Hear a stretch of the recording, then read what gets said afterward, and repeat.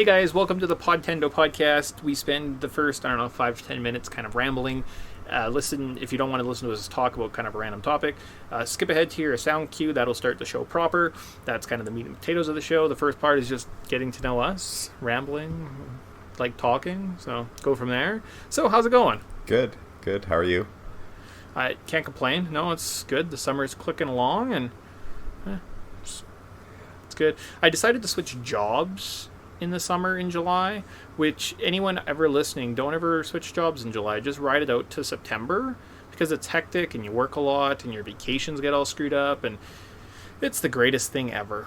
Yeah, and a lot of jobs don't really open back up until all the students are gone. All that cheap labor that's subsidized by the government is now out of the market. So I apply for like 6 jobs a week. So jobs are open all the time, depending what your field is. And I think it's actually good to know kind of how, how accessible your field is in terms of jobs. Like if you only there's one job in your field, don't quit. But like where I work, people are hiring all the time. It's like revolving doors most of the time. So yeah, and I mean, it's kind of tough. I know a lot of people kind of feel like pressure when they are like thinking about leaving a job, especially when you don't have another job lined up. But if you have a little bit of a safety net and some people around you that can help you out and help, well, don't just quit. You. Don't just quit. Sometimes like find another job. Sometimes find another job. Find another job. That's simple. That's true. I get both mentalities, but I'm saying sometimes you just need to quit a job because sometimes bosses just don't respect you, and you're like, you know what? I don't need to be here. I really don't. So it's kind of nice to kind of just stick it to the man and be like, yeah, I'm in my legal right to leave this job right now and screw you over, so screw you. I suppose, but I mean, at the same time, people are inherently just lazy, and you're probably not doing anything in your spare time if you hate your job that much, so just look for other jobs. No, that's true. And then you can do like the big, I gotta leave early, I got another interview, and then the boss is like, what? I'm also like, I'm the type of person that I would never do what I preach. I'm just saying, sometimes there's a call for it, but most of the time, do exactly what Mick says and just. It's true. Tyson's is a better like conclusion to a story in a TV series or movie. So. But on a positive note, instead of just quitting jobs, we got our first ever fan mail. I know, it's pretty exciting. Came in the mail. Neat. To our friends at Podtendo. I don't know who sent it. There's just this weird little like devil face on it. So strange. I know. So let's open this up and see what it is. Dear Podtendo, I think you guys are totally cool. Wink. We would like to offer you this gift. It's great. And in accepting this gift, we will trap you in a parallel dimension. What? That doesn't sound like something I would want. And you're probably stupid enough to read this out loud on your podcast, you ignorant fuck. Yeah, that probably does sound like me. And by reading this quote out loud, both you and Rubik's Cube Master, or no, you're the Rubik's Cube Master, the Chancellor Tyson will be trapped in a parallel dimension forever. Ha ha ha, ha ha ha ha, ha ha ha ha. That's weird. Oh, wait, you have to read the special incantations. Sega is great. Sega is good. Nintendo, all it does is make stupid games about cutting wood. Whoa! Genesis does 16-bit arcade graphics. You can't do this on Nintendo. Genesis does 16-bit sports action. You can't do this on Nintendo. Genesis Does. Genesis Does. Genesis Does. Genesis Does. Genesis does. Get Joe Montana free, Pat Riley free, Buster Douglas free, Super Monaco GP free, or Collins free. Genesis does. What Nintendo don't. Buy a 16-bit Genesis system between now and October 31st and get an extra game. Hello, everyone. Welcome to the Segtendo podcast, where we evaluate, recall, and outline the glory of the only system worthy of being called a video game, Sega.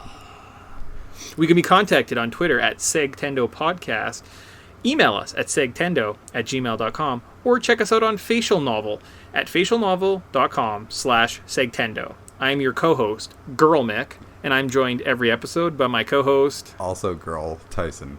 What? You're not going to be evil Tyson? No, I won't be evil Tyson. I'll be girl Of Tyson. course. We're both... Because in this world, girls only play video games. Yeah. Because of our opposable thumbs, and all males have their thumbs cut off at birth.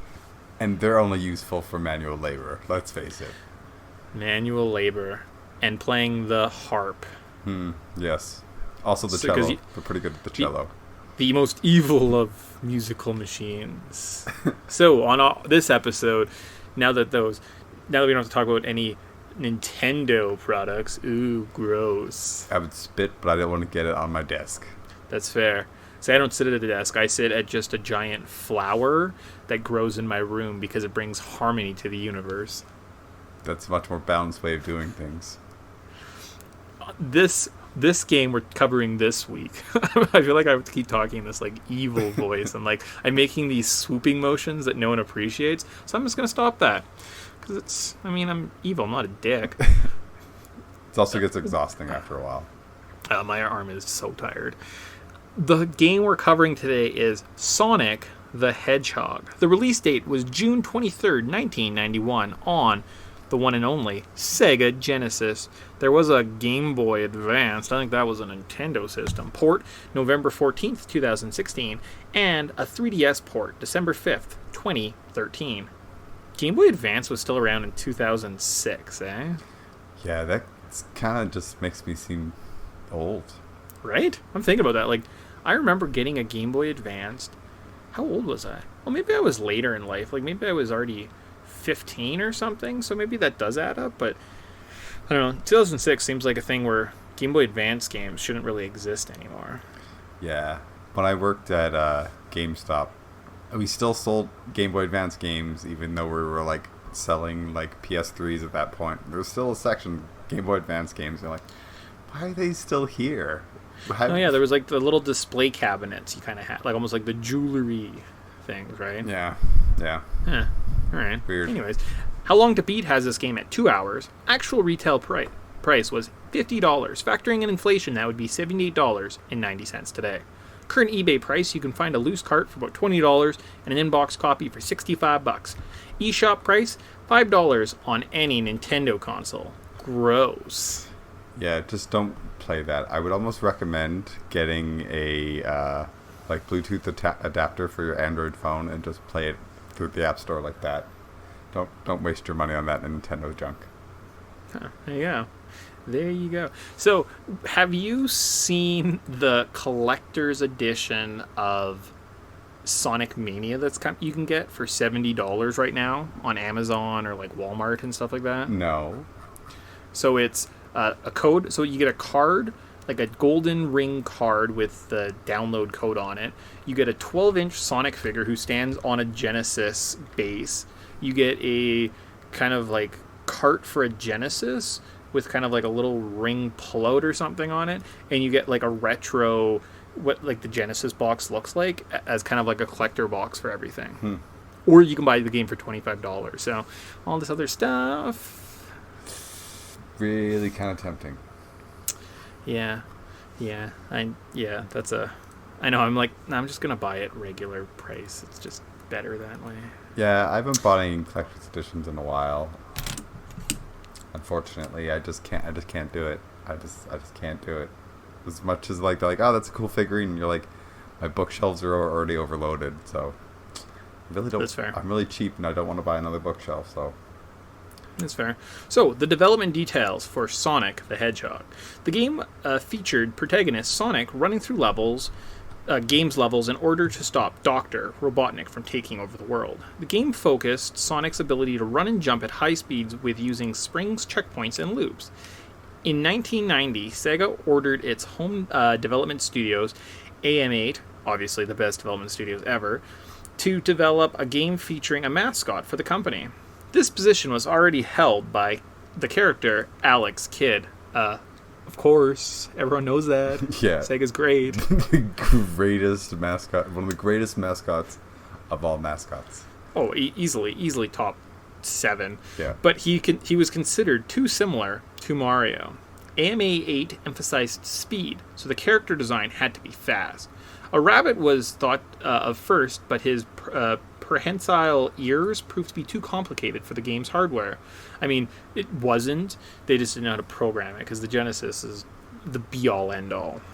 Yeah, and it was just so powerful at the time. It was too powerful as a problem. Yeah. Blast processing. And, like, I don't understand how those geniuses at Sega just really took such shitty quality of like access and materials and technology at the time, and they just jumped 10 years in the future.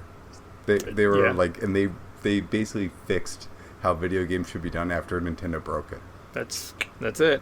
They ended up with two ideas, an armadillo and a hedgehog. Sonic became the hedgehog, and the armadillo became Mighty the Armadillo, who appeared in 1993's Sonic the Hedgehog. Sega Sonic the Hedgehog. Weird. I must have misspelled a word there. Sonic the Hedgehog was developed by a team of 7 people, 2 programmers, 2 sound engineers, and 3 designers. The project was dubbed Beat Mario. And they did, obviously. After playing around with some gameplay mechanics, such as having the character toss items and catch them, they decided to emphasize on only speed? Oh, God. Hirokazu Yasuhara became the lead designer and found the way to make the game playable with only one button. Because, I mean, if you got 3 buttons on your controller, why only just use one, right? That's for the sequels. Yeah, like, I mean, other buttons, that's stupid. Really. Sonic's default speed is that of Mario while he's running. So that slowpoke Mario, like, nothing on this hedgehog. Nothing. That plumber's gotta work his way up to get up to like our default speed. Just wait till we hit a downhill slope. So, in terms of controls of this game, the directional pad moves your character. The one button, makes you perform jumps. You have lives, continues, and instead of health, you are tasked with collecting coins. As long as you have 1 coin in your possession, you can live forever. There are 3 items in the first title: speed shoes, shield, and invincibility. I really loved that 1 coin as a kid. Like when you first discover that, you just feel like, man, I can break this game, and you just have that feeling of such power that you've never had in any sort of like video game. And it's kind of been not really replicated to just be like, wait a minute, if I just have 1, I can totally live forever, and then you drown for the first time. So Oh, yeah, drowning. That's the best ever. Any first memories of this game? So, I mean, although I have always loved Sega and will still worship Sega, and I go to the giant Genesis church every night and pray for Sega, I have never actually played this title before. Sonic 2 was my jam. Yeah, I was much more for Sonic 2 and even Sonic 3.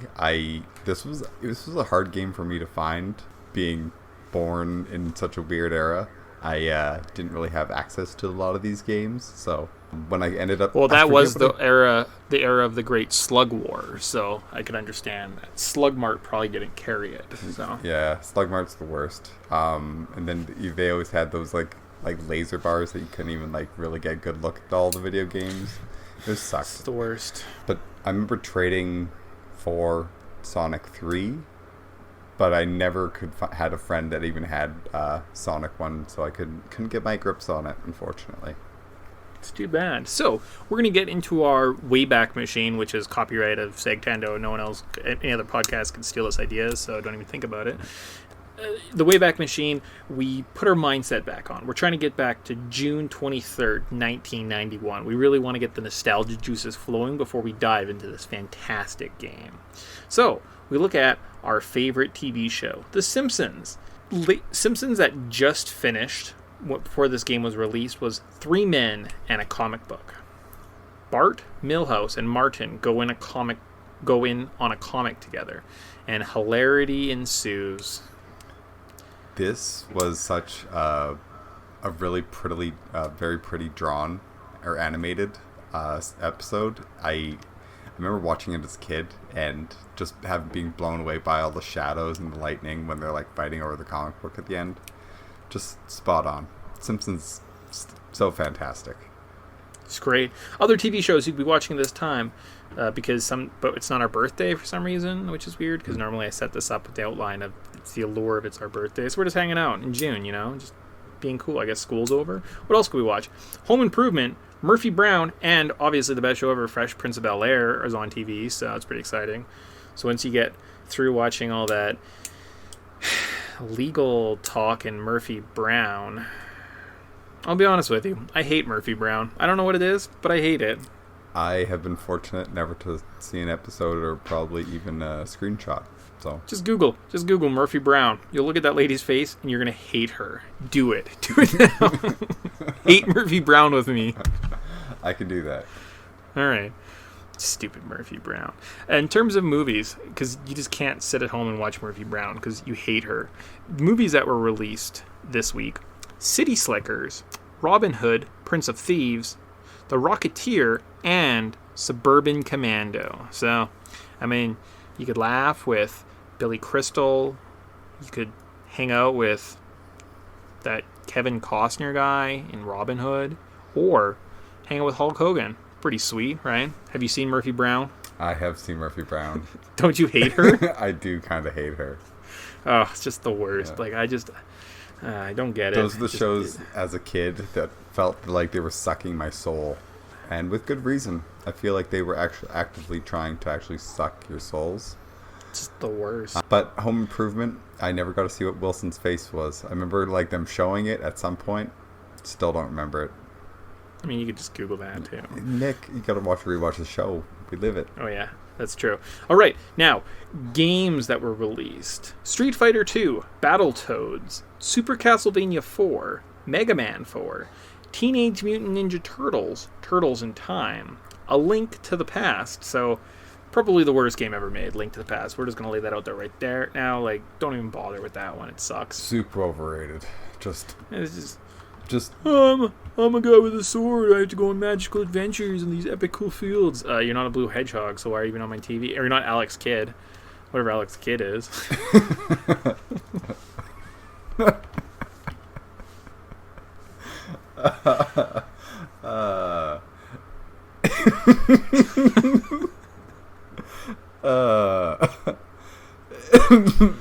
What are you talking about? Alex Kidd is one of the greatest one of the greatest game characters of all time, man.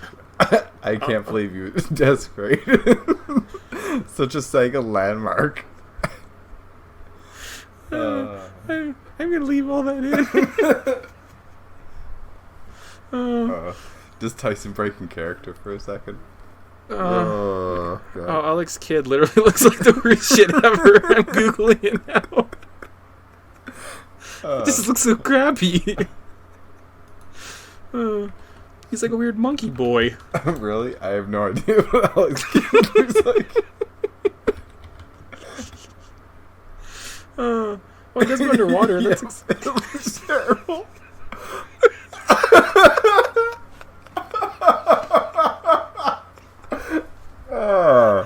That's too funny. I thought it was going to be kind of respectable. No. It's terrible. just a stupid kid in a red jumpsuit with like sideburns. Doing high kicks, man. All right. Now, what songs are playing in June 1991? Everyone wants to know. The number 3 song was I Don't Want to Cry by Mariah Carey.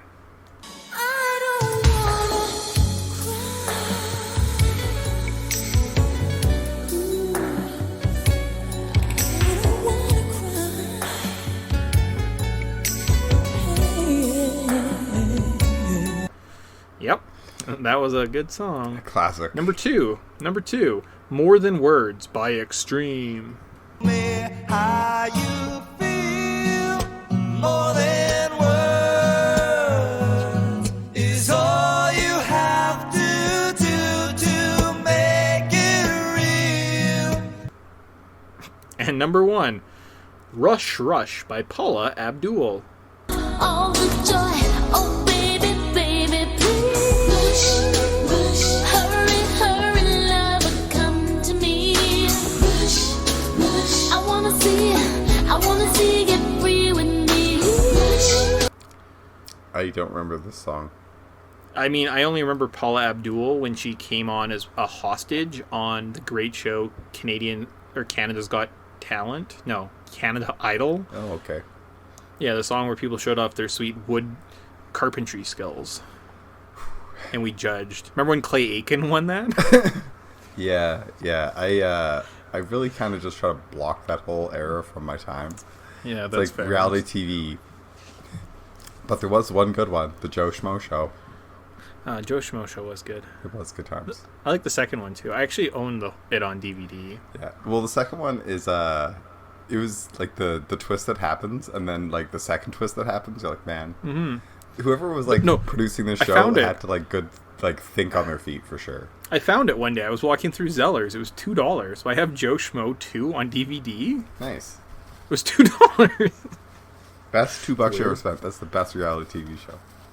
It is. All right, so moving along, we're going to go into the story of this game. There is no background story, but the goal of the game is to rescue animals from the world from the mechanized army that Dr. Robotnik has unleashed on Sonic's home of South Island.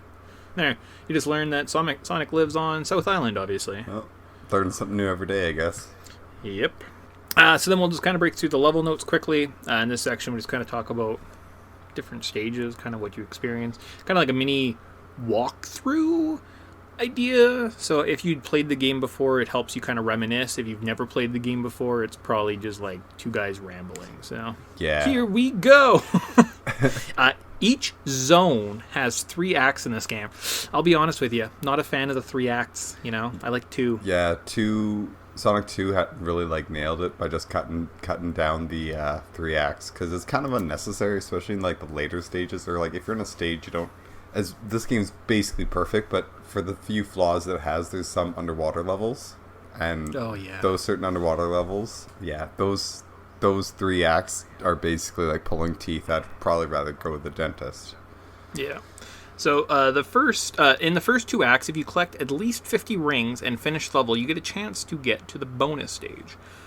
If you collect all 6 Chaos Emeralds, so the Chaos Emeralds are at the end, or the goal of the bonus stages, you will get the best ending. The first level is the iconic Green Hill Zone. It's the opening level, it's very fast, you move at a good speed, and I feel like you don't have to wait really for anything. No, it's decent. It's your pretty stereotypical Sonic level. It's green. It's up at lots of hills. Your speed zone, so you get a really good sense of how fast Sonic can go and how you can control him. And it's very rewarding, especially when you're just collecting like a bunch of rings and flying all over the place and doing loop-de-loops. You're like, man, I feel like such a boss right now. It's true. Then you hit something. Yeah, so then you go to the boss there was Robotnik. He comes down with this big ball and chain. If you have patience, it's honestly just a joke. I kept getting hit because I wanted to try and hit him as fast as possible, and I kept hitting the ball. But again, as long as you can keep 1 coin, you're fine.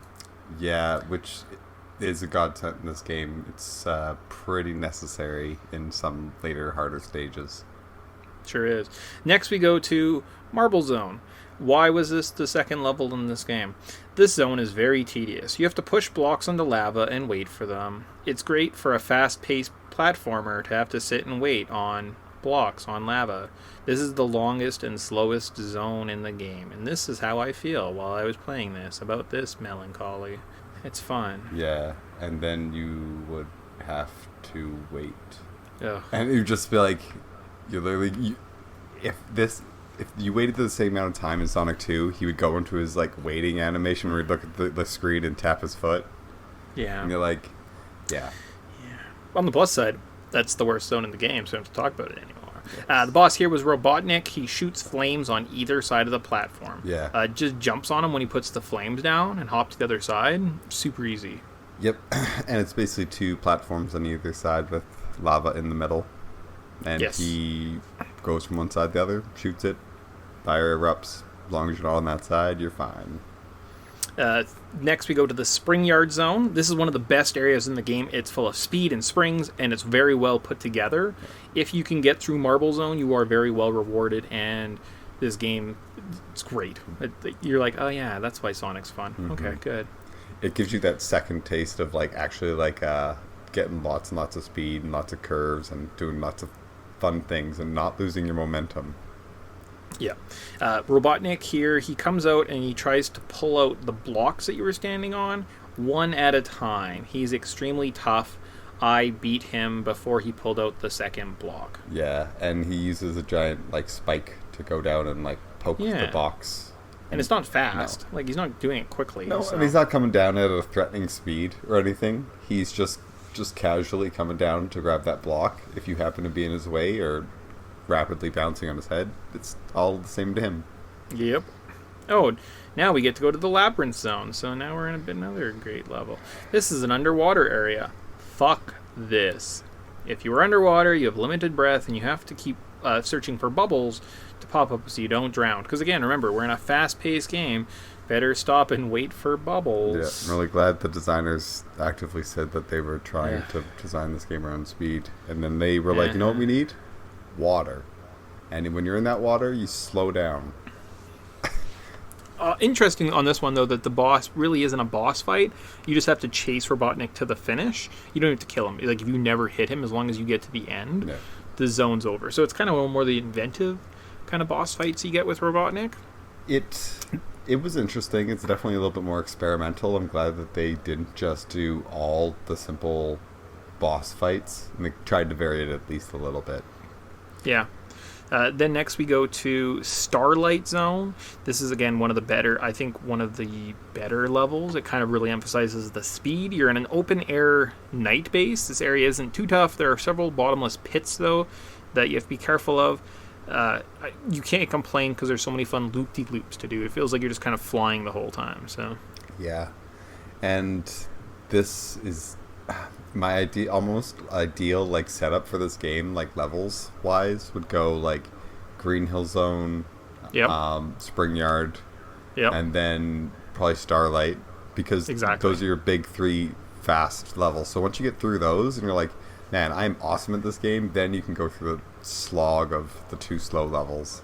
Yeah, I mean, I guess they did like fast, slow, fast, slow, fast, slow. So. True, and I guess that's probably the safer way of doing it. But I just feel like the second level of this game just turned off so many people. So bad. But by the time once you've hit Starlight, you're just like, you're just being rewarded by just being good at the game, and that's all it does. Just like the techniques, just keep your momentum, and through the sort of trickier platformers, like there's these kind of like blocks, and they don't go all the way down or all the way up until you touch them to activate them. So like it sort of slows you down that way, but if you do it right, it doesn't actually really slow you down. It's kind of cool. Yeah. Robotnik here floats around, and you have to attack him. Now there's two options to kill him. Again, they have a little bit more. They've already kind of started straying away from the Robotnik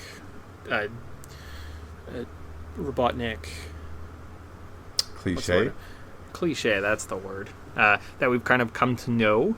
So we can we are on little teeter-totters. You can actually launch bombs that he drops back at him by using the teeter-totter against him, or you can use the bombs he drops to propel you up and actually do damage to him that way. So again, kind of neat. Then we're off to the Scrap Brain Zone. This zone is fairly challenging. There's lots of surprise attacks and areas you can be crushed in. It is a factory-themed area. The first two acts are kind of fast, but the third act is a destroyed factory and harkens back to the labyrinth zones. That means we're waiting and looking for switches, and it's great. Yeah, I believe there's even an underwater section that I don't want to talk about it. Yeah, it's kind of scarring, because if you don't know exactly where you're going, there's less bubbles than there are in labyrinth zones. So the nice thing about labyrinth zone is the bubbles that we didn't really talk about it. Basically, if you're underwater too long, it'll start counting down to a very frantic 5, 4, 3, 2, 1. It gets to 0, Sonic drowns. So you have to drink these bubbles and get a breath of air. Labyrinth zone, tons. They're everywhere. In the last stretch of this game, there's like one. But right next to that one, while you're waiting, if you just go up to your right, there's the end of the level, and you could have just got out of it before without waiting. Yep. But everybody sees the bubbles, so they wait. And you're like, you learn that the second time through. This game. Yep. Now, unfortunately, though, we are on the final boss. You have to watch out for these the beams, and then of the giant pistons. Robotnik is inside one of the pistons, so you jump on it to defeat him. I just picked a side. I think I picked left, and every time he popped up on the left side, I got hit in. If he was on the right side, I didn't. He can escape, and you jump on him and his egg ship and defeat him. Hooray! He crashes, and you release all those fun little furry friends. So the ending, you are shown saving all the animals of South Island.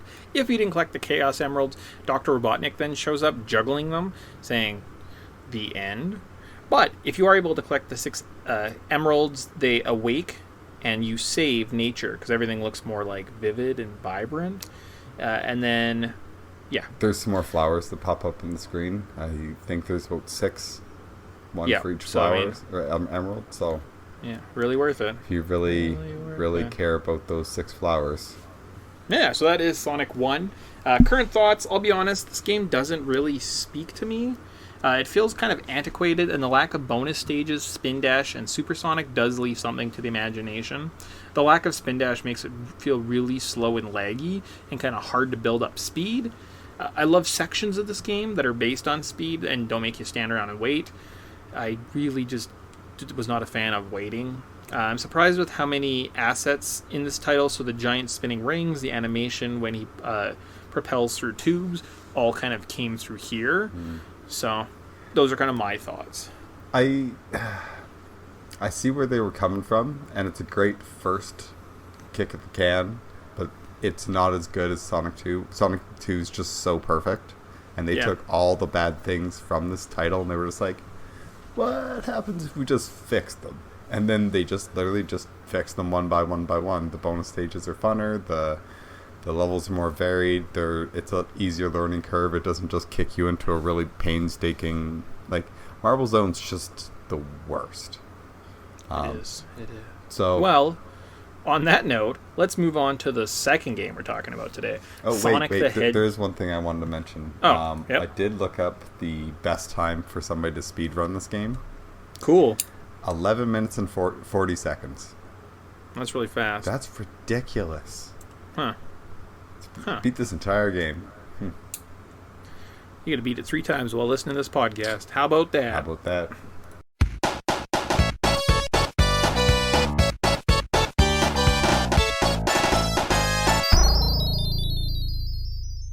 So, on to Sonic the Hedgehog 2. It was released November 24th, 1992 on the great and almighty Genesis, and July 22nd, 2015 on the 3DS. Boo.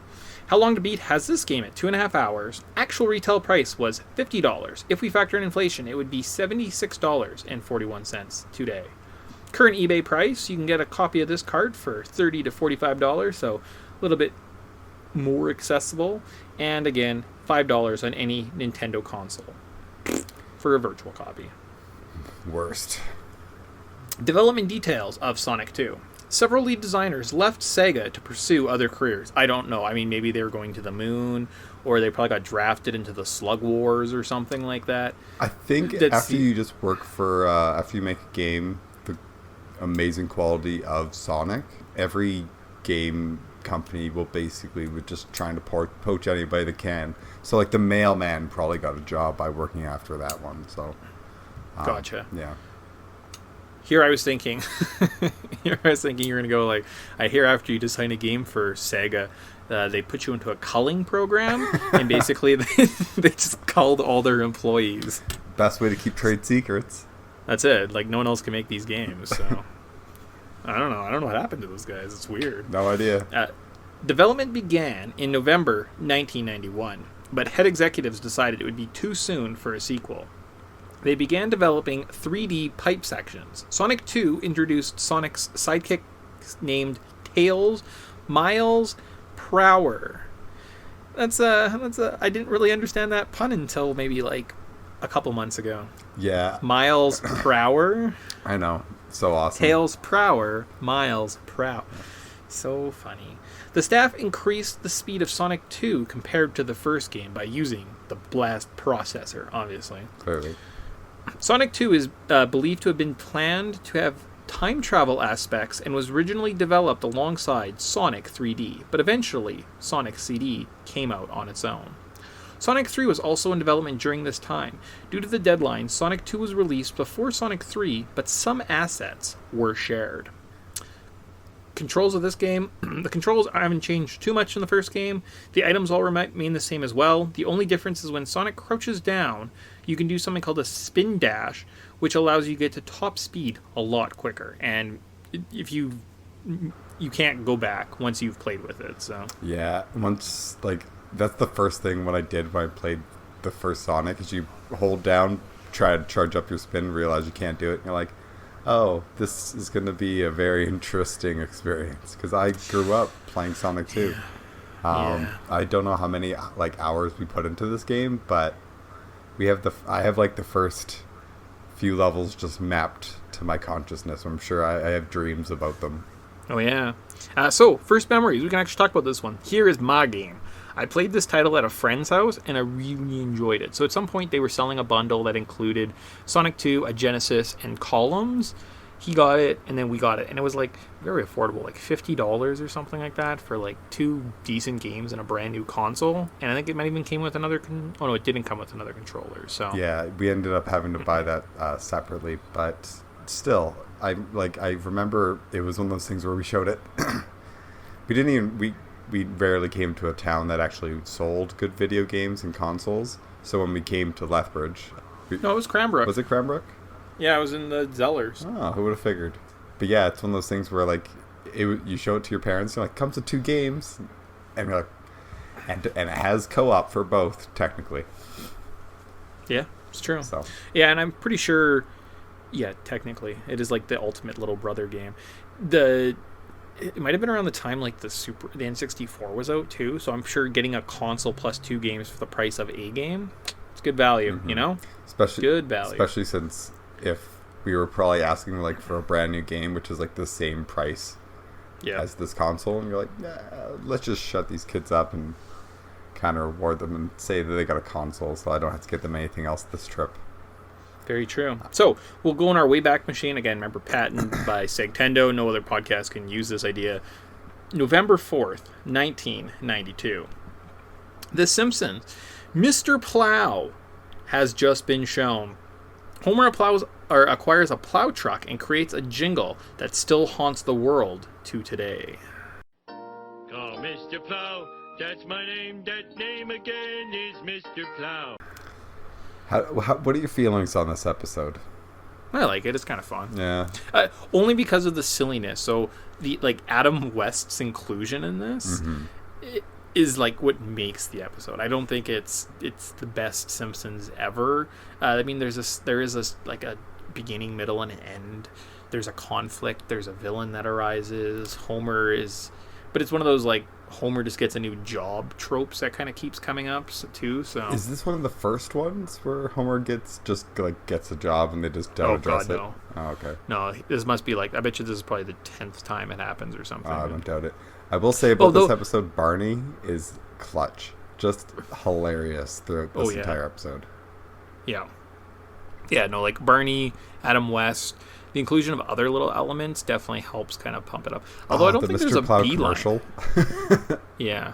I don't think there's a B storyline. I think it's literally just Homer being Mr. Plow. I think you're right on this one. I was just listening to Talking Simpsons and rewatching all these, so it's kind of fresh in my memory, and I don't remember anything else that really happens in that besides the Mr. Plow story. Strange. Like, what does Bart and Lisa and Marge get up to? No idea. Nothing. No idea. Yeah. Reacting to what Homer does. Yeah. Right? On TV, so other than The Simpsons, what's going on? The TV show Hearts of Fire, Hanging with Mr. Cooper, Cheers, and Murder, She Wrote's on. So let's get out of the house as soon as possible, because dear God, I don't know what Hearts of Fire is, but it sounds great. Unless that's Hearts on... Oh, no, that's Hearts on Fire. Never mind. Movies you could be watching right now in November of 1992. You go to the movie, you got one magical golden ticket, gets you to any movie for free. It's probably an easy choice. We could watch Aladdin, Bram Stoker's Dracula, Home Alone 2, Lost in New York, and The Bodyguard. Home Alone 2, I like it. I don't know why everybody hates that show. Tim Curry's in it, so obviously it's pretty awesome. So, And Donald Trump. yeah. Before he turned into the president of the United States. It's true. So in this canon, in this universe, Trump is still president, eh? Yes. This truly is a dark timeline. Yeah, the darkest timeline. I feel like Tim Allen would have been a funnier president had you said Tim Allen was the president of the United States. We could always edit that. No, we're just going to leave it. We don't edit here on Segtendo. It's all one take. It's true. Games that were released this month, or around this time. Super Mario Kart. Boo. Yeah. Mortal Kombat. Yay. Especially when you got blood, because some systems are too wimpy to have blood. Yeah, some systems actually have to be grown-ups. Mega Man 5. A lot of Mega Man games coming up for some reason. Kirby's Dream Land. Alone in the Dark. And Super Mario Land. So, a couple games that were covered by some half hacks. I'm so upset I can't even insult the people we trapped in a box. I mean, there's no one in the box. Yeah, we don't admit to trapping those morons. That'd be true. so stupid and incriminating. Yep. So, the top 3 songs. Now we need to incriminate and lure everyone away into some type of like heart-pounding ballad. What are the top 3 songs of November 1992? Now, can you guess the number 1 song? We'll play that game. So I'll tell you the 2, and you got to guess the first one. I've actually given you a hint as to what it is. Let's see if you were paying attention. The number 3 song was End of the Road by Boys to Men.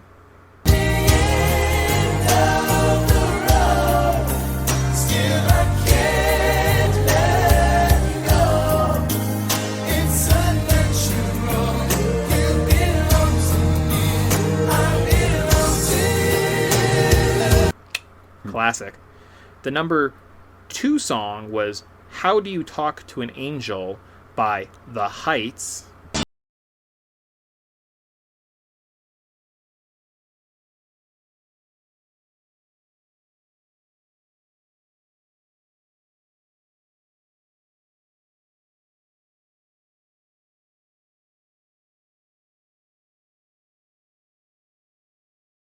Classic.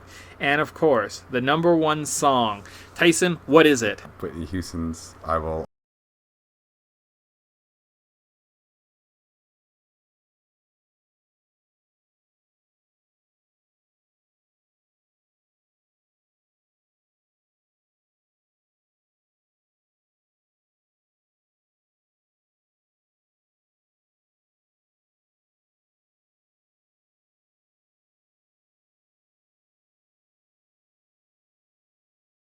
You know that from The Bodyguard. I kind of, when you said Bodyguard, you're like, oh yes, that frickin' song. Yep. Yeah, I was like, well, that kind of explains that one. Yeah. So now that we're in the mindset, we know exactly what was going on in November 1992. I don't really remember this. I was 5, so I was probably just going to school. I think I was plotting to kill my teacher at that point, so... As most kids who are like 5, Or that's what they maybe do. not. Maybe not. Maybe I was only... Because how old are you in grade 1? 6 or 5? 6. Yeah, so then I would have been, like, in kindergarten. So I was, like, we'd still lived in, like, small town BC, so... All right, so on to the story. After stopping Dr. Eggman, Sonic grows restless and decides to explore the world. He climbs into his biplane, the red and white Tornado, and takes to the skies. He lands on the unassuming island, West Side Island. How original. A few days after, Sonic realizes he is being followed by someone, a young fox, who he is often ridiculed by his peers for having 2 tails. The two discover Eggman is back at his evil ways, and they take off to stop him. Again. All right, what a fun story. There's some meat and potatoes there. Riveting stuff. Riveting stuff. All right, and today this is the second level notes that we're going through. So again, this is just kind of a quick section meant as like a mini walkthrough kind of experience. If you've played the game before, hopefully it resparks some nostalgia. And we're just going to keep those juices rolling. If you've never played these before, it just sounds like 2 madmen's rambling. So we start off in Emerald Hill Zone, not to be confused with Green Hill Zone, because Emerald, Green, different stuff. Pretty general, first level. The loops are neat. It's insightful, you know? And there is a I believe like the first level of this game, that's when like speedrunning first like blew up, as everybody's just like, what is how fast can I actually go through this? Because if you do it right, you go up instead of going down, you could actually do this all in one take. So I think it's up instead of down. Yeah. I think staying up is kind of like a general kind of a rule in Sonic games. Yeah. The first boss is Robotnik and a drill. Pretty much the easiest boss ever. Just jump on him. Yep. If you get hit, you're bad at life. Yeah. Then you go to the chemical plant zone. This area is full of high-paced speed zones. There is an annoying part in kind of the second end, or the part of the second zone.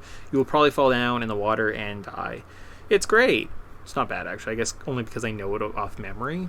I'm like, oh, I'll jump here. Oh, I'll jump there. Oh, I fell in the water. Oh, good thing there's a little platform that catches me and takes me out of the water. Hooray. As a kid, as an idiot, stupid little kid who had bad reflexes, I struggled at this part. That like the water rises and then all of a sudden like you are now jumping slowly.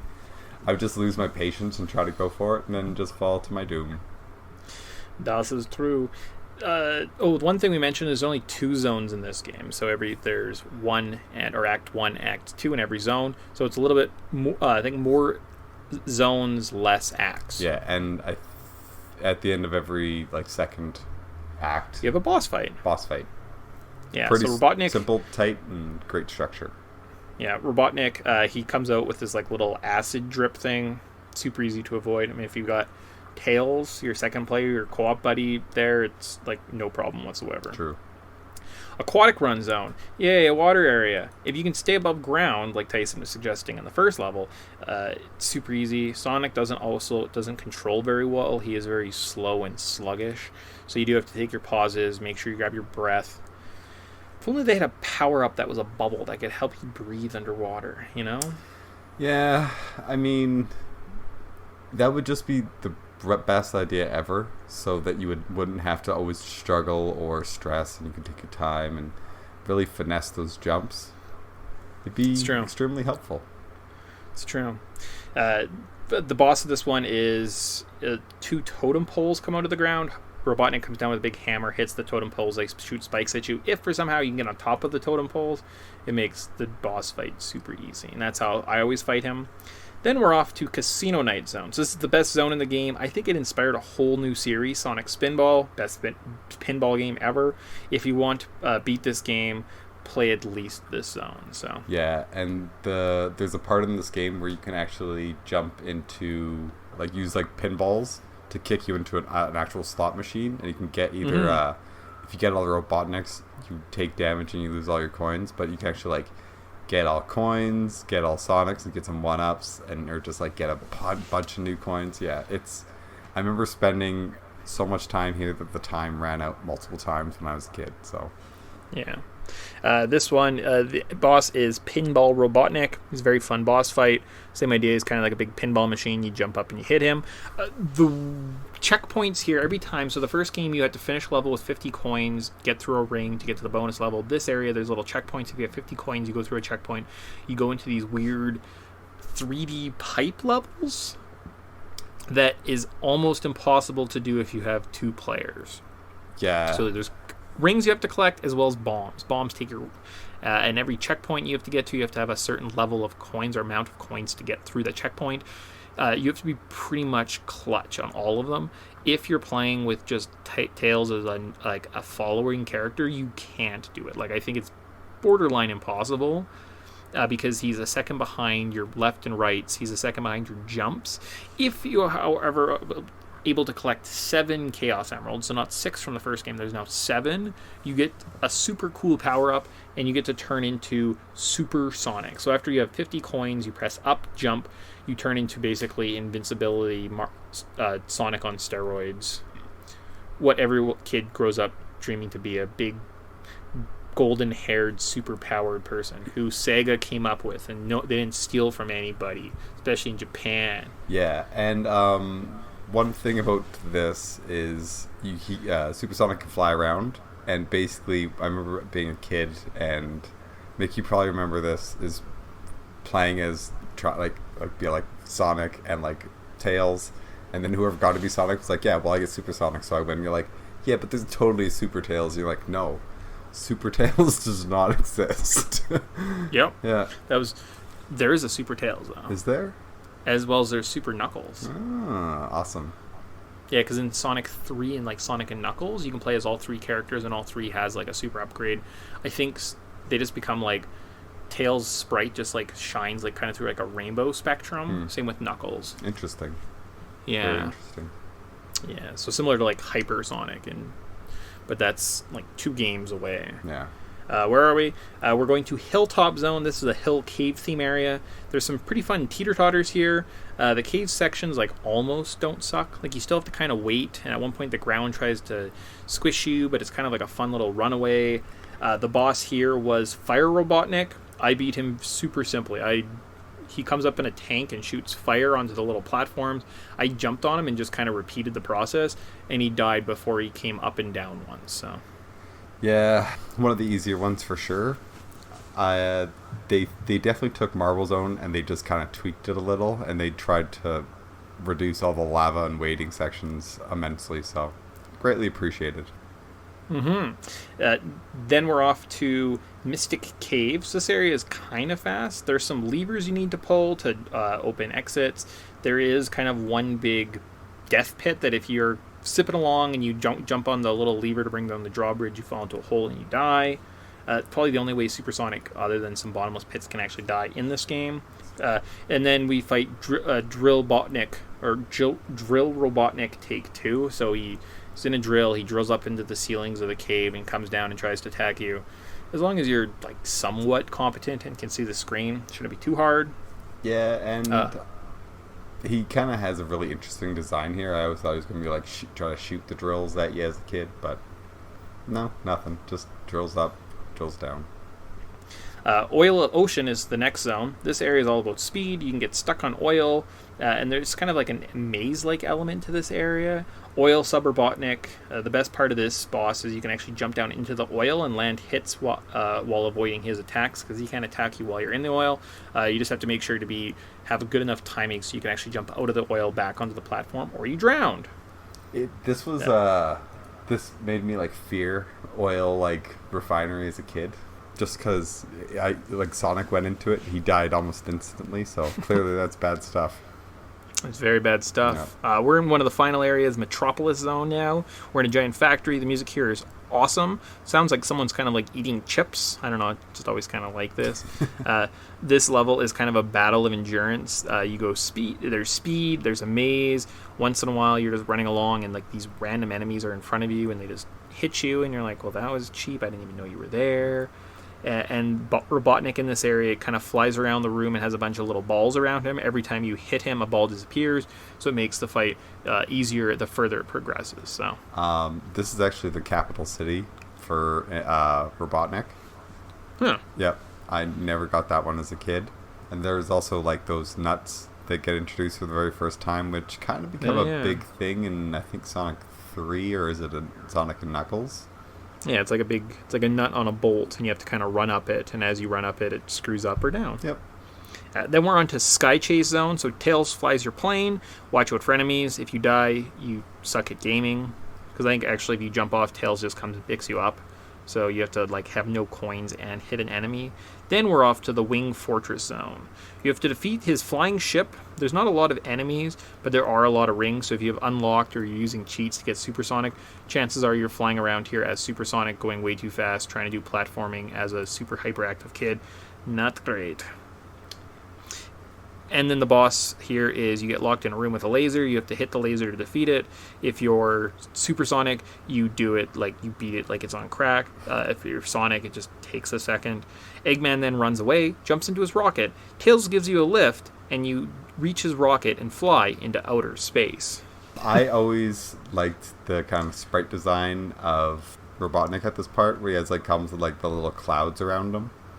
Oh yeah. Always reminded me of that lesser inferior game, so I'm glad that Sega stole it, and we've established that we've done it better. So way better.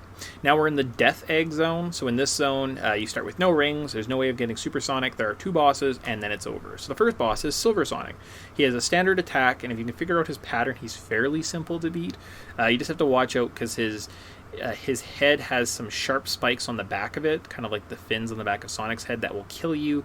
So if you jump too far back, you die. I didn't realize, replaying this game, I didn't realize that they established so much in this actual one. Like there's 7 Chaos Rings and those stay. Metal Sonic's totally a thing. And but Miles Mecha Sonic, Metal Sonic, and Silver Sonic are all different. So this is just a robot version. This isn't like the blue scrangly looking guy. Yes. Yeah. This is kind of like pre that, but this is, I see like them just taking this idea and redoing it slightly. Yeah, that's fair. But yeah, so good. I remember like getting here as a kid and just getting so scared and just dying all the time. So Very true. And then the final guy is Mech Eggman. It's a giant robot that awkwardly walks around the room. You have to have patience, and you can only ever get a single attack in. So once you get an attack, you basically have to wait for your next opening. And once it's over, the death egg starts to explode. You run out and you jump. Now, there's 2 endings. If you don't collect the Chaos Emeralds, you escape the exploding death egg and are caught by Tails. If you do, however, collect the Chaos Emeralds, you turn into Supersonic and fly alongside Tails. Yay! big difference again when you get Supersonic and go through all the hassle of collecting all the Chaos Rings. Yeah, it's kind of fun. I mean, if you have a sound test available, there's a cheat. You just put in the cheat, and it's super easy True. and fun. Current thoughts on this game? This game's a lot of fun. The 3D sections are very tough. If you do collect the gems, though, it's definitely worth it. The speed is a bit better in this title, I think, and they obviously knew what they were doing when they programmed this game, and they knew a lot more about kind of the level design and what worked and what didn't work, and it definitely shows. It's one of my favorite Sega games of all time. I would say this is probably one of my favorite games of all time. It's like still replaying it, still fun. You can play it. I don't recommend the split screen. It kind of, it's not the greatest, but at least there's something there. A lot of other games just kind of take the easy way out and just give you swapping turns, which is, it's kind of boring. They at least tried to do the 2 people at once, because I remember being the little brother and having to play as Tails and try to keep up and try to keep in the same screen as you. I swear, I know it's not in this game, but I swear as a kid that we used to be figured out how to like me to fly with Tails and for you to jump and like hold me to give you like and try to like lift you up, but then Tails would get tired. Tails is only useful to what's it called? Help with bosses, basically. Yeah, double. If you have like a partner, but the little brother, like, yeah, look, you're playing, look, you're right there, and then you just play the game, and they're just like, yeah, look at me, I'm great. Just genius, Sega, genius. Yeah, it was probably just a bunch of older brothers being like, yeah, no, this needs to be in the game.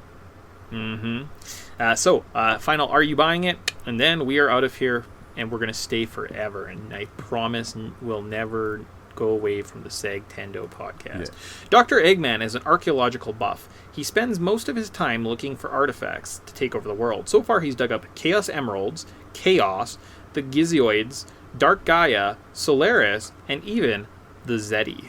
So there's obviously lots of games you've never played of Sonic because you're like, I don't know what those are. Yeah, but those don't ring any bells. I don't know if that's really a theory or just a statement. Maybe he's an archaeological buff. That's fine. And I remember there is a theory that I forget that there's a theory that somebody came up with that Eggman's actually the good guy and Sonic's just trying to prevent him trying like Eggman's solution for like a poisonous thing going around on the actual like on South Island. Interesting. Yeah. So he's like trying to stop some type of disease. Yeah, exactly. Interesting. So, final one. Sonic is either consciously or subconsciously holding back his true potential. In most games and media, he just randomly turns up his power to 11. He is stronger/faster than he is given credit for, and is holding it back for some reason, because there's no way most of his battles won't end in him curb stomping if he didn't. So he has the Superman complex. I get that, especially since in a lot of the kind of cartoons and movies, because I actually watched the Sonic movie. Yeah, I'm that big of a nerd, and he's crazy fast, like ridiculously fast. Like if he wanted to, he would just almost he's just slightly slower than like the Flash, so he could just wreck an entire room before anyone even has like a second to like think about what happened. Yep. So you're buying it. I'm buying it. Cool. All right. Well, I'm going to leave a little bit of extra time just in case there's some stuff I forgot to do earlier in the show that we'll record after the fact. I mean, not that we do that. And we'll leave. What did we miss? Did we miss anything? The speed run time for this, 15 minutes, 18 seconds. Very nice. Very nice. So that was an actual, did we miss something? Actual facts. The rest of this might just be a mystery. Are we just stalling because we wrote this funny script about going in a different dimension and we don't really know what will happen and maybe we'll never bring it up again? Or we have we'll bring it up in continuity in the next episode? I don't know. You decide, Internet. Thanks for listening. You can contact Podtendo at Podtendo Podcast, email us at podtendo@gmail.com, or check us out on Facebook at facebook.com/Podtendo. The music was used without permission and is property of other people, probably Nintendo.